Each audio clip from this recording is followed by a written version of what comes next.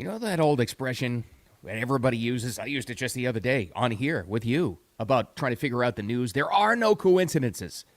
Well, in this case, with all our dead scientists, we better hope they're all coincidences, but it's not looking that way. We'll get into that. Here's the background of the story. There's a whole slew of dead scientists mysteriously dropping off the face of the earth. No, true story. It's not science fiction. And I hate to be this guy. I really do. But yes, some of them were working on UFO technology. Oh, here we go. Yeah, we're going to get the UFO people coming in here. But a lot of them were nuclear scientists. President Trump made his first comment about that, but we'll get to the bottom of it. Speaking of President Trump, Trump versus the woke pope, round 2. I have to say this. We all know, let's be adults here. Trump starts a lot of war of words. He does. I mean, he starts a lot of wars. Let's speaking wars, not real wars. But let's be honest here. He didn't start this one. He didn't. And you look at what the Pope is saying now overseas. This is like, again, in this case, there are no coincidences. He met with David Axelrod, Democrat strategist, and all of a sudden he's saying all this stuff. I don't know about that. We're going to wrap it up today with a little bit of comedy that will infuriate you at first, but then you have to listen to exactly what you think of this client and the lawyer. Drunk lady had 14 shots on a Carnival cruise ship, but she just won a lawsuit for $300,000. That's terrible. Anyway, we'll get to all that. Thanks for finding me. Welcome to Friday. First of all, that's the best news of the day. The live stream Monday through Friday, 8 a.m. Eastern Time. X, YouTube, Facebook, replay on there too. But the big deal is the audio podcast, wherever you like to get them. And a lot of you have. You found it, apparently. So like, share, subscribe, download, whatever you got to do on those things. Let's get right to it. What is going on with dead scientists? Young Peter Doocy, who's like 6'7", he asked President Trump about that very same issue right when Trump was getting out of a meeting about it. And we'll delve into it a little bit more, but Trump knows about it. 10 missing scientists with access to classified stuff, nuclear material, aerospace. They've all gone missing or turned up dead in the last couple months. Based on what you've been briefed, what do you think is happening here? And do you think that this is connected or totally random? Well, I hope it's random, but we're going to know in the next week and a half. I just left the meeting on that subject, so pretty serious stuff. But we're going to be hopefully, I don't know, coincidence, whatever you want to call it. But some of them were very important people, and we're going to look at it over the next short period. Okay, depending on what they find about this and the briefing and the information that comes out, what do you think the chances are that Trump doesn't talk about this ever again? Pretty high. And I'm on the record as saying I think this is the most transparent president we've ever had, more so than Reagan, anybody else. Clinton liked talking to the press, all that stuff. Trump will hold impromptu press conferences at the end of the White House driveway. He'll talk about anything. If this does, as everybody loves to speculate, involve foreign powers and adversaries and knocking off our top scientists, or if we're doing it, this may not be spoken of again. There are some top secrets that maybe we shouldn't know. I don't know. I'd like to know. So would you. The amazing Jackie Heinrich, I'm a little biased there, did a little expose yesterday on Fox News about who these scientists are. Okay, who are they? Why are they dying? Is it coincidence? Take it away, Jackie. Recent disappearance involves William Neil McCasland. 10 scientists in total have disappeared over the last 3 years. Wow. McCasland oversaw some of the military's most advanced and highly classified research systems. His wife said he'd been experiencing what he called a mental fog before vanishing from his home, leaving behind his phone and prescription glasses. He previously worked on UFOs. The other missing scientists include Melissa Casillas, who had a security clearance at Los Alamos National Laboratory and went missing last June. Also, Anthony Chavez, a retired worker from the same lab who went missing just a month prior. Jason Thomas led a chemical biology team. He was found dead this past March. Frank Maywald, an engineer from NASA's Jet Propulsion Lab, also disappeared, and Nuno Luero, a famous MIT scientist, was shot dead last December. Carl Grilmar was an exoplanet researcher who was also killed in February, and Stephen Garcia worked on security for American-made nuclear weapons and went missing in August. Aerospace engineer Monica Jacinto Reza also went missing last June. Here's what the president said yesterday. And we already heard what the president said. Okay, that's, I think we can gather so far. This is all we know. These are not your ordinary run-of-the-mill scientists. No disrespect to them, but like research scientists at MIT or whatever that, write papers. And these are the, These are the folks that discover things and are kept normally, what I was led to believe, in top secret protection. And a lot of them are dying over the last couple of years, and this year in particular, a lot of them. There's something very bizarre about this, and it's fair to ask the question, obviously. This is where all of the, the last 10 years of conspiracy theories, there's been a lot of them. We all know about that, right? I said before, I think a couple of months ago, I'm not going to be doubting conspiracy theories unless you're intentionally trying to divide and cause harm anymore, because it's always good. It's better to ask questions and be called a conspiracy theorist than it is to just not know anything. Ask the questions. Go ahead. But I'm telling you, we may not get any answers out of this, depending on what they find. Despite having what I think is the most transparent president in our history, informing the public and his base, there's a good chance you don't hear anything else about this. But maybe not. Maybe we do get an answer, and maybe it is. Let's hope for the best and hope it's all natural, not coincidence. Maybe not. I don't know. Speaking of Trump versus the woke Pope, point 2.0. Well, I will say this, and I know I said this in the introduction, but as many war of words that Trump has started, I don't think he started this one. I really don't. It started off with this yesterday, and a great question by somebody in the press pool. You can't hear him because there's a helicopter in the background and all the other stuff. Background of the story is Iran, that group of nice people running that country, those tyrant Islamist lunatics, are scheduled to, if they haven't already, kill 4 more protesters, one of whom, their first female protester they're going to kill. Beautiful young girl. Didn't have any weapons, nothing. All they did was protest for freedom, and the females weren't wearing the hijabs. Well, if they're not dead already, they're about to be executed. It's horrifying, more horrifying crap. But the Pope doesn't care about that. And Trump had a great line, and he always comes up with the line either in a debate or a press conference or a State of the Union speech that everybody remembers, right? Go way back to one of the first debates, way back before the 2016 election. What did he say it to Hillary? What's the number one thing you remember from that debate? He turns the mic and he goes, "You'd be in jail." Everybody remembers that. It still gets replayed all the time, right? In the conflict, so-called conflict with the Pope, this will be the remembered line. They asked him about the protesters being killed, and Trump goes, "Tell that to the Pope." This is the takeaway. Trump's going to execute 4 more protesters, reportedly, including the first woman protester. What do you tell Iran? Well, tell that to the Pope. What do you say? Tell that to the Pope. You want to pass? That's the takeaway, and that's when you know you're winning the war of words on this. But the war of words continued yesterday because the Pope keeps speaking, and he keeps going off about all this stuff. And there's a couple of different things. This is the one that set everybody off yesterday, is his quote about Islam. Now, you've got a Pope, head of the Roman Catholic Church. How many Catholics are there now? Is it 100 million worldwide? The entire Earth population. The leader of the flock, right? And if you grow up Catholic, you know that he's the Holy Father. He's like considered God's own quarterback. That's what you're not ever supposed to question him. You're supposed to say he's like ordained by God and Jesus himself, right? Not ever supposed to question him. Well, that's a dangerous line of thought, not to question the Pope. When he says things like Islam, we can learn a lot from Islam. It's not to be feared. He also had an example out there that said Lebanon is a great example where Christians and Muslims can live together. Although a lot of historians have jumped on this and they said, hey, Padre, Lebanon was formed as a Christian nation, but once Islam started to take root, it led to a 15-year civil war. Those are the historians saying that, many of them, not just me. I'm just pointing out what the pushback is.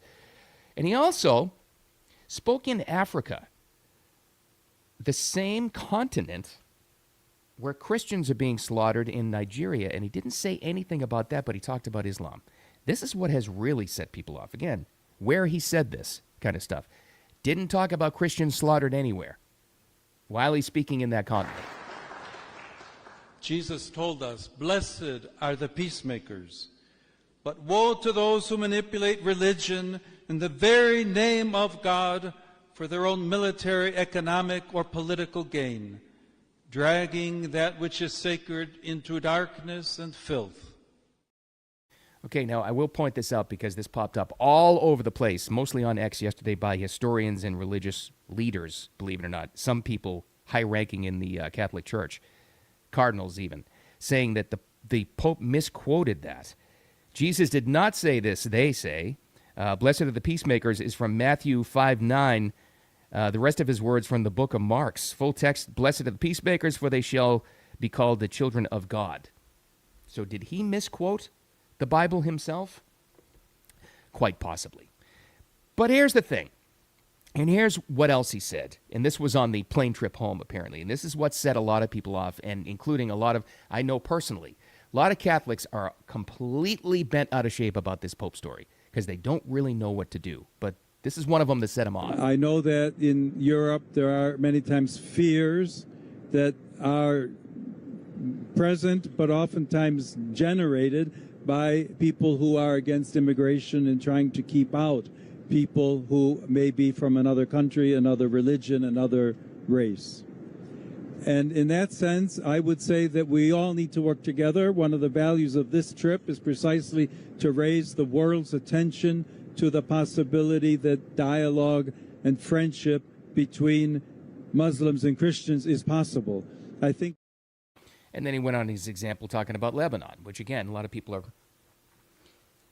pointing out that that's not exactly how it all went down. In a great world, that's the Disney view of things. It's a perfect world. We're all going to live together with it. But what if you're a European and you've been attacked and invaded and your laws in your particular country or city don't allow you to go after the people committing crimes because you're afraid of being called Islamophobic? Because that's the reality of what's happening in Europe. That's what's actually happening there. And by the way, President Trump went off a little bit longer about this whole Iran thing. Blessed are the peacemakers. Well, Trump is making the very, very clear point that you've got to be strong to create peace, and you can't make peace with lunatics that want to blow up the world and who chant and have now for 50 years, death to America. He made his best case ever yet. Well, I want him to preach the gospel. I'm all about the gospel, but I also know that you cannot let a certain country, which is a very mean-spirited country, have a nuclear weapon. If they did, they would use it, and I think they'd use it quickly, and they would kill many millions of people. So, the Pope could disagree with me on that, but certainly we're allowed to have that. I'm all about the gospel. I'm about it as much as anybody can be, but I can't allow, as President of the United States of America, I can't allow Iran to have a nuclear weapon. And here's the story. They won't have. They've already agreed not to have. That's good news, and I think the Pope will be very happy. Perfectly stated. Sometimes he goes off on a tangent, as we all know, and doesn't exactly make the point, and sometimes can shoot himself in the foot. Not that case. It was perfectly stated. By the way, to add to that, there's an addition to the story. This will lead us into Trump versus the woke Pope round 3, which is coming next week. And this may get to the gist of the entire thing. The administration has canceled $11 million in money going to Catholic Charities, yes, the NGO organization, because of illegal immigration. We've known this for years. If you've been close to this for years, this is as far back as I can remember. I've known that Catholic Charities is pretty much responsible for bringing in immigrants and, in the name of giving them a good life and sanctuary and all this other good stuff. Well, they just lost pretty much all of their funding. That's going to set the Vatican off again. Because why? As we talked about during Trump versus the woke Pope round 1, what really threatens the church and what's bad for church business is less immigration. Because you have less people going to. They admitted it in that 60 Minutes interview from this past weekend. You have less people going to church, which means less immigrants. That's bad for them because they have less power and less influence. So there's that. So this is not going to die down anytime soon. But again, in this case, unlike what we hope with the dead scientists, you better hope that that's all coincidence. In this case, there are no coincidences. And I'll remind you again, this is completely revealed and confirmed. 3 days before the Pope started making all these statements, immigration, Islam, not making a statement about Christians being slaughtered in Africa. 3 days before all of this stuff happened, he met with David Axelrod. Democrat strategist, globalist, big Obama guy. That's not a coincidence. Why is he saying this? Maybe he doesn't even want to say this, but he's being forced to. Because believe it or not, my Catholic friends, there are people more powerful than the Pope out there. Trust me on this one. But I got a lot of Catholic friends who are completely, totally twisted about this. My mom, bless her soul, if she was still alive, she would be twisted into a knot over this because of what the Pope's saying she would disagree with 100%. but you still want to believe in the Pope because we were told it's ingrained. It's in your DNA. If you grew up Catholic, you know what I'm talking about. He is the guy. He's the man. He's the voice of God. He's the right hand of God. He's God's quarterback. You're told not to ever question the Pope. So a lot of people are twisted by this because there's a lot of conservative Catholics out there who are looking at this going, I don't agree with anything this guy's saying, but I'm supposed to go to church on Sunday and still follow the word of the Pope and God and Jesus, right? Well, let me give you some perspective. There's a lot of other people, some church leaders who are not exactly as high up in the ranks as the Pope, but some very high-ranking cardinals even, and bishops who are saying this very same thing. The Pope doesn't speak for all of the church. I know he's supposed to. But to put it in perspective, we've had worse popes before, and your church survived, right? And you were still able to live your whole life as Catholic, right? You were still able to believe what you wanted to believe. Worse popes, who were? Well, I did a little history search this morning. Not to bore you, but some of the stories are horrific. Compared to what Pope Leo is saying, there have been some evil, evil characters who have led that church before in the past. Now, you got to go way past, and this is just a quick cursory glance at some history and this kind of stuff. Your church survived. You were able to be Catholic throughout all of this stuff, and you're going to survive and be able to be Catholic when this guy's gone. You want some example? Pope Stephen. I didn't know a lot about these guys. This guy was in charge in the year 896. Pope Stephen VI, sorry. What did he do? He, reportedly, orchestrated the infamous Cadaver Synod. He had his predecessor, who was Pope Formosus, exhumed, dressed in papal vestments, placed on trial for perjury and other crimes, found guilty. His corpse was found guilty. Okay, that's enough on that one because it's getting gross. Pope John the 12th wrapped up his reign in 964, or when he died. Elected in his late teens. I didn't know that. Through family influence during the so-called Pomocracy period of papal corruption. He reportedly turned the palace into a brothel. Pope Benedict the Ninth, one of the youngest popes, younger than the other guy? Really? Likely in his 20s. And the only one to sell the papacy, accused of murder, rape, and then some other gross stuff that I can't really mention because nobody wants to actually hear that. Wow. Pope Alexander VI, the most notorious Renaissance pope, he openly had multiple mistresses and illegitimate children. Pope Leo X, not this Pope Leo. Let's just go in. Known for lavish spending, hunting, theater, and culture, apparently, but was aggressively sold his indulgences to refill church coffins. Okay, we don't need to go any further, I think. There have been worse popes, guys. There have been way worse popes, if you don't like this one. So if you're one of my Catholic friends who grew up Catholic, you're supposed to believe the Pope. It's ingrained in your DNA. The church, your beloved church, is going to survive this guy. Don't worry about that. There have been skirmishes and wars of words before with other world leaders. You know, you don't have to be that twisted about it. It doesn't have to speak for you for the church, even though he's supposed to. I know it's a weird thing. So just keep that in mind. Put it all in perspective. Now, I wouldn't take religious advice from a guy that calls his podcast Wicked Radio, but you know what I'm saying for perspective. So just saying.